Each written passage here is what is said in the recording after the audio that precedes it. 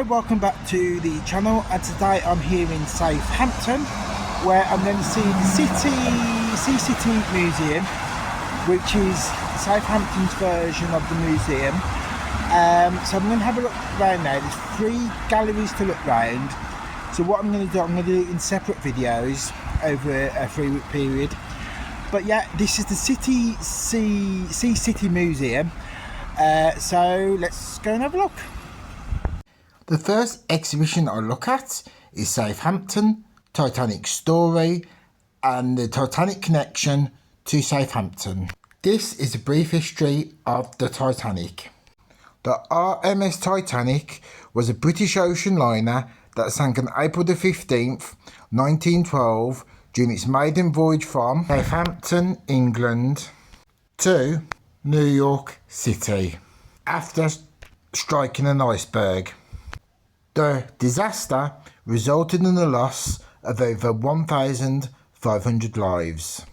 The ship was built by Harland and Wolff.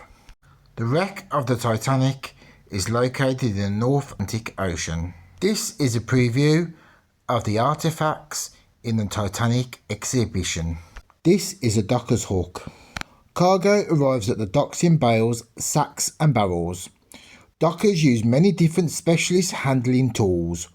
Hooks like these give a good grip and are common sight in Southampton's docks in 1912. This is a paperweight made from the steel used to build Titanic.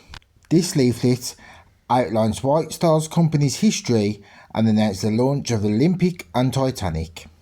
This is Captain Smith's sword.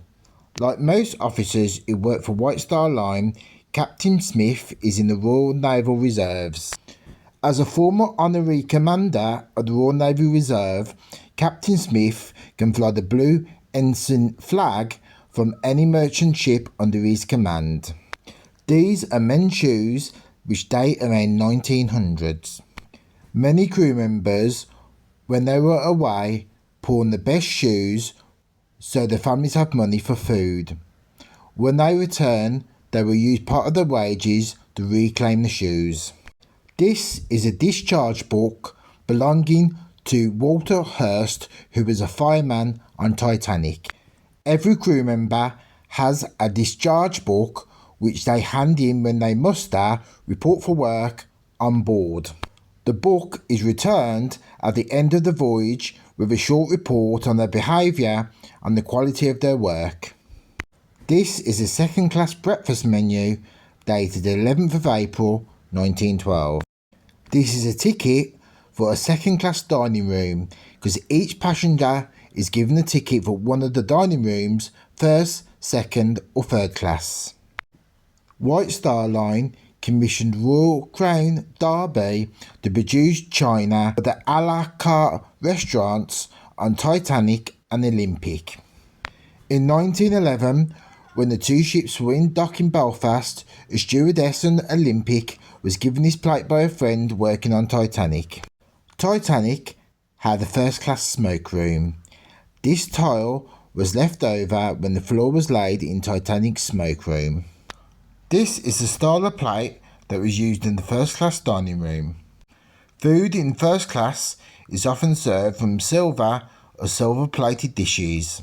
This is a first-class breakfast menu from the 11th of April 1912.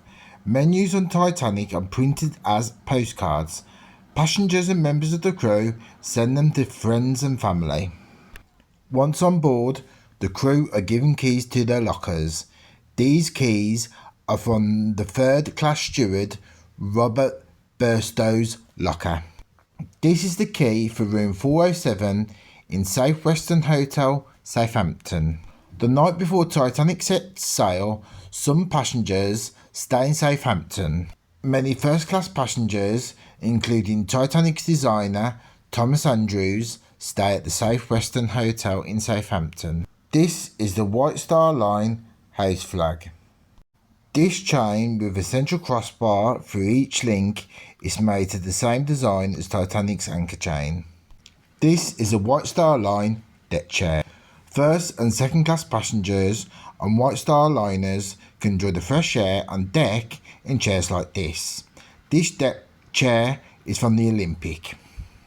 The crew used the telephones on Titanic's bridge to stay in touch with crew members working in other areas of the ship. This is a recreation of a typical cabin on board Titanic. This is a pocket watch that was carried by a steward on board Titanic. It stops at 10 minutes to 2, about half an hour before Titanic sinks. A few days later, the crew of the Mackie Bennett find the steward's body. They recover the steward's watch and other belongings, then the steward is buried at sea. This is a telegram telling a wife that her husband is safe for the Titanic disaster. This pocket watch is in storekeeper Frank Prentice's pocket when he falls from Titanic rails into the sea, landing near the propellers. After a long time in the water, Frank is picked up by a lifeboat. This is a wage slip for second-class steward Walter Nichols. Usually, crew pay stops at the end of the voyage or when the ship sinks. White Star Line makes an exception for Titanic's crew and covers the pay until they reach home. The public response to the Titanic disaster is immediate and generous. Frederick Scott is given this New Testament when he arrives in New York. This glass tankard is owned by Reginald Lovelace, a junior clerk at the White Star Line office. Along with other staff, the 17-year-old spends a whole week in the office sleeping on the floor at night.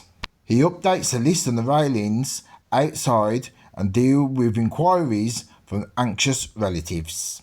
This is a memorial plaque and it gives the names of several Titanic crew members.